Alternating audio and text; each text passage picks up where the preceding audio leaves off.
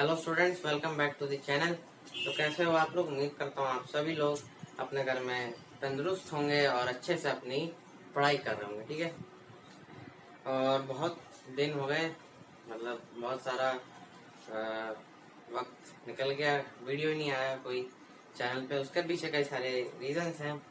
Reasons ये है कि आई एम नॉट वेल, मेरी तबीयत ठीक नहीं थी और अभी भी ज़्यादा ठीक नहीं है। मुझे कई दिनों से फीवर था, है ना। लेकिन आप लोगों की रिक्वेस्ट आ रही थी कि सर एनसीईआरटी में एक चैप्टर है क्या, फिजिकल एंड केमिकल चेंजेस, आप देख सकते हैं, है ना। उसको भी पढ़ा दीजिए क्योंकि उसमें भी कई सारी बातें की गई हैं और वो आपको समझ नहीं है। ठीक है। आप अगर एनसीईआरटी को देखें, खास करके क्लास 7 की एनसीईआरटी को देखें, उसमें बहुत ही कम डिस्कशन हुआ है केमिस्ट्री के पॉइंट ऑफ व्यू से, है ना। मतलब कि उसमें दो ही चैप्टर है, एक है चैप्टर 5 एसिड बेसिस सॉल्ट और चैप्टर 6 है ये अपना फिजिकल एंड केमिकल चेंजेस। ठीक है। लेकिन कोई बात नहीं, ये दोनों चैप्टर भी बहुत अच्छे हैं। अगर आप एसिड बेसिस सॉल्ट में अगर आप बोलेंगे कि आपको वीडियो चाहिए तो मैं ला सकता हूँ, लेकिन आज हम फिजिकल एंड केमिकल चेंजेस पढ़ेंगे। कई लोगों ने बोला था, इसलिए मैं ये वीडियो बना रहा हूँ। ठीक है। इस चैप्टर में आपको कुछ भी नहीं बताया गया है, बस आपको इसके बारे में बताया गया है, चेंजेस के बारे में। किसके बारे में बताया गया है? चेंजेस के बारे में, है ना। चेंज चेंज अगर आप मुझसे पूछें कि चेंजेस क्या होते हैं सर, तो मैं बोलूंगा कि changes are the part of our life, are the part of our life. Daily life को अगर आप देखें तो कई सारी चीजें जहाँ पे चेंजेस पार्ट लेता है ना। जैसे कि क्या बोलूंगा मैं, जैसे आप फ्रिज से एक बर्फ निकालते हैं ना, कई देर तक आप उससे रखेंगे तो वो पानी में कन्वर्ट हो गया, है ना। तो वो भी एक चेंज हुआ, है ना। लेकिन उसी पानी को अगर आप वापस से फ्रिज के अंदर रख देंगे तो फिर वो वापस बर्फ में कन्वर्ट हो जाएगा, है ना। तो ये सब चेंजेस होते हैं। अब जैसे कि आप बाजार से लेकर के आते होंगे कोल्ड ड्रिंक्स, है ना। तो कोल्ड ड्रिंक को जैसे ही खोलते हैं तो फिर एक विजलिंग सी साउंड आती है, गैस ऊपर आती है ना, दैट इज कार्बन डाइऑक्साइड, है ना। तो ये सारे चेंजेस हमने अपनी डेली लाइफ में देखे। ठीक है। अब चेंजेस आपकी लाइफ में नकारात्मक प्रभाव भी डाल सकता है और सकारात्मक प्रभाव भी डाल सकता है। ठीक है। और चेंजेस जो हैं दो तरह के होते हैं। Changes are of two types, एक है रिवर्सिबल और एक है इररिवर्सिबल।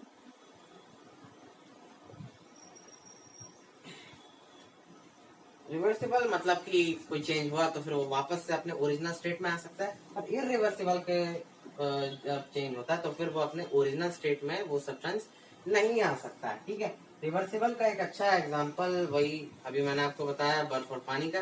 ठीक है। बर्फ पानी में कन्वर्ट हो सकता है और पानी वापस से बर्फ में कन्वर्ट हो सकता है। कैसे, आपको पता ही है।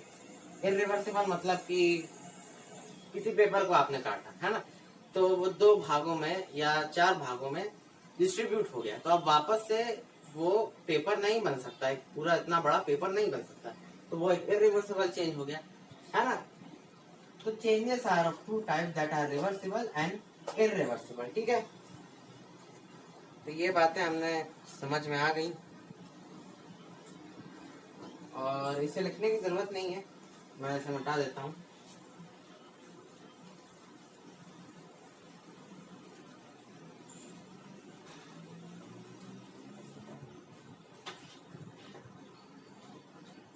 चेंजेस कैसे क्लासिफाई होते हैं उससे पहले हमको समझ लेना पड़ेगा properties of matter. Properties of matter. Matter क्या है, मैंने आपको अपनी वो आईटी फाउंडेशन केमिस्ट्री की प्लेलिस्ट में कई बार बता रखा है। अगर आपने नहीं देखा तो पता नहीं आप लोग क्या कर रहे हो। तो मैं अभी यहाँ पे वो नहीं बोलूंगा कि आप उससे जाके देखिए और वो सब करिए। ठीक है। Properties of matter. Properties of matter दो तरह की होती हैं। एक प्रॉपर्टी होती है फिजिकल, होती है chemical. Properties of matter are of two types, physical and chemical, ठीक है। फिजिकल प्रॉपर्टीज क्या है? कोई भी ऑब्जर्वेबल, मतलब कि कोई भी ऑब्जर्वेबल और कोई भी मेजरेबल, मतलब कि जिसको आप मेजर कर सकते हैं, उसको हम फिजिकल प्रॉपर्टी में बोलते हैं, ठीक है। जैसे कि कोई भी चीज है जिसको आप देख सकते हैं, जिसको आप मेजर कर सकते हैं, जिसको आप छू सकते हैं, उसको हम बोलते हैं फिजिकल, ठीक है, प्रॉपर्टी। तो इसमें हम लिख देंगे ऑल द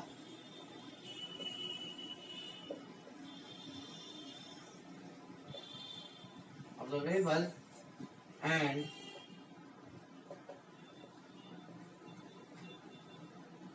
measurable properties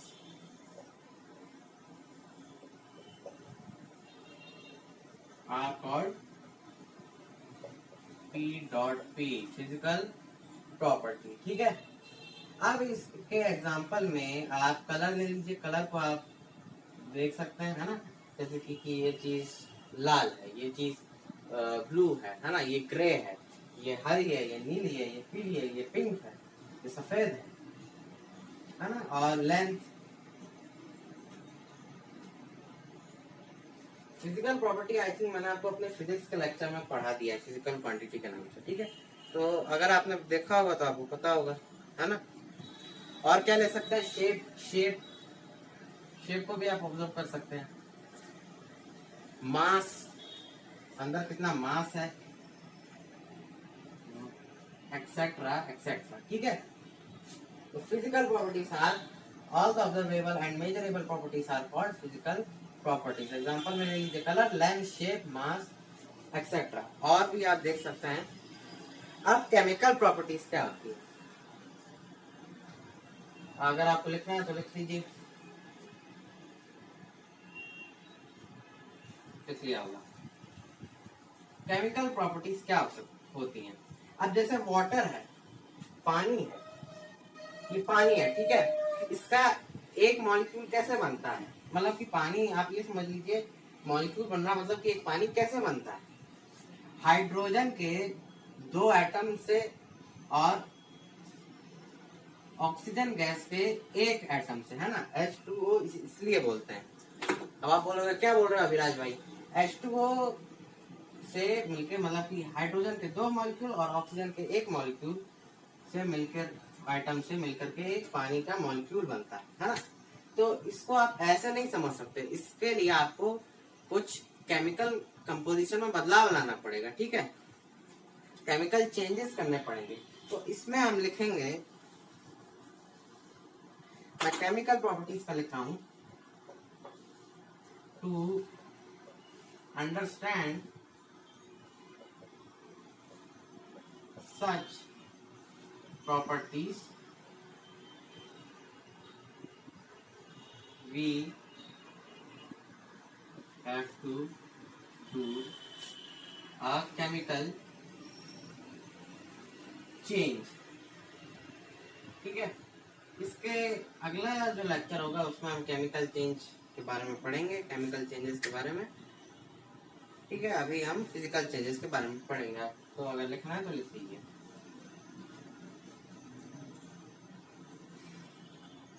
चलिए, ये समझ में आ गया, अब हमें आ गया। अब हमने ये देखा अभी तक कि चेंजेस जो हैं 2 तरीके के होते हैं, रिवर्सिबल एंड इरिवर्सिबल, मतलब कि अपने ओरिजिनल स्टेट में एक आ सकता है और एक नहीं आ सकता, है ना। अब हम क्लासिफाई कैसे करेंगे चेंजेस को, और मैं, है ना, और प्रॉपर्टीज ऑफ मैटर के बेसिस पे ही हम क्लासिफाई करेंगे चेंजेस को, ठीक है। अब प्रॉपर्टीज तो है ना, फिजिकल और केमिकल। प्रॉपर्टीज का मतलब होता है उसकी खूबी, ठीक है, वो किस तरीके का है, उसकी क्या पर्सनैलिटी है, ठीक है। तो चेंजेस, अगर प्रॉपर्टीज अगर फिजिकल और केमिकल है तो चेंजेस भी हो जाएगा फिजिकल एंड केमिकल। यही चीज आपके पूरे चैप्टर में बताई गई है, इसीलिए नाम है फिजिकल एंड केमिकल चेंजेस, ठीक है। आज फिजिकल चेंजेस पे चर्चा होगी, अगले लेक्चर में केमिकल चेंजेस के बारे में बातें होंगी, ठीक है। फिजिकल चेंज क्या होता है?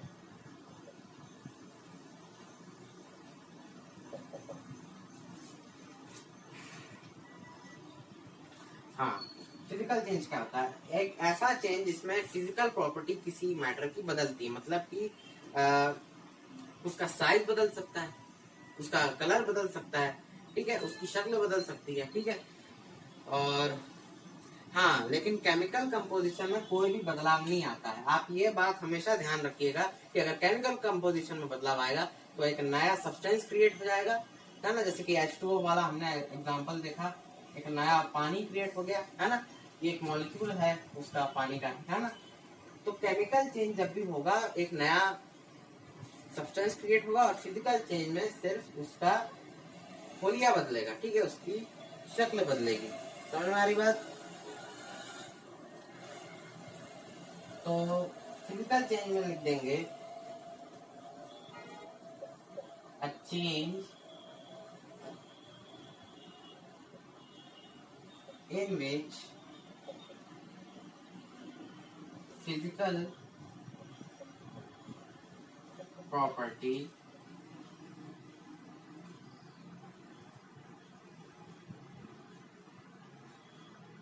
of a matter changes,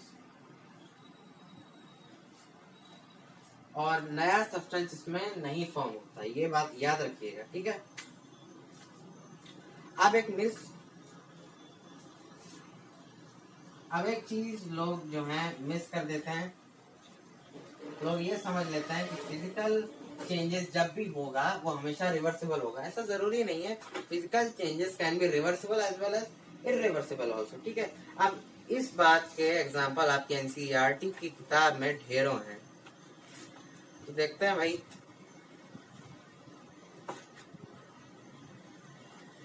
examples of physical changes देखते हैं, ठीक है।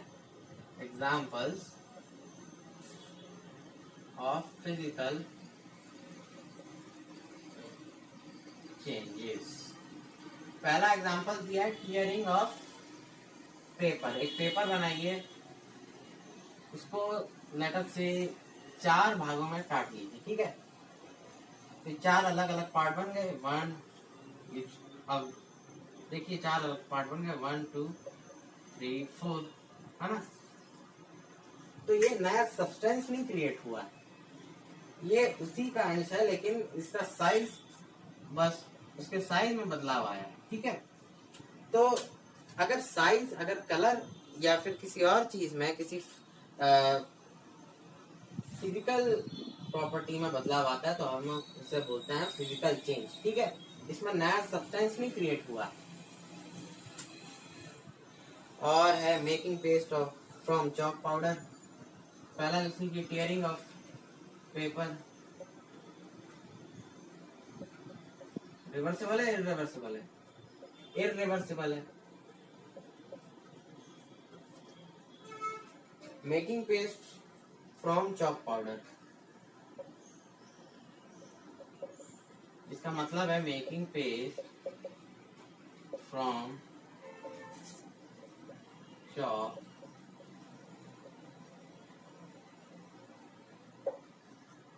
मतलब कि अगर मैं यहाँ पे चौक से लिख रहा होता तो चौक के डस्ट बनते, ठीक है। चौक को आप क्रश कर लीजिए, ठीक है, उसका पाउडर बन जाएगा, उसको पानी में मिक्स कर लीजिए बस, ठीक है, और उसे सुखा दीजिए धूप में, ठीक है। तो ये इरिवर्सिबल है कि रिवर्सिबल है? आप बताइए मुझे।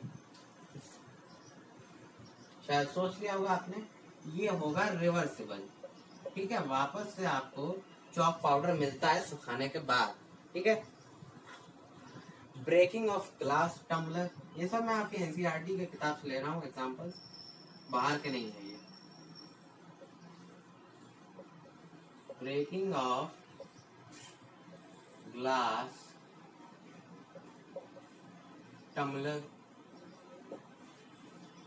ग्लास आपने नीचे गिराया, वो फूट गया, तो क्या वो रिवर्सिबल है कि इरिवर्सिबल है? इरिवर्सिबल। आई आर लिख देंगे उसके लिए, क्या लिख देंगे बताइए? आई आर, ठीक है। और मेल्टिंग ऑफ आइस,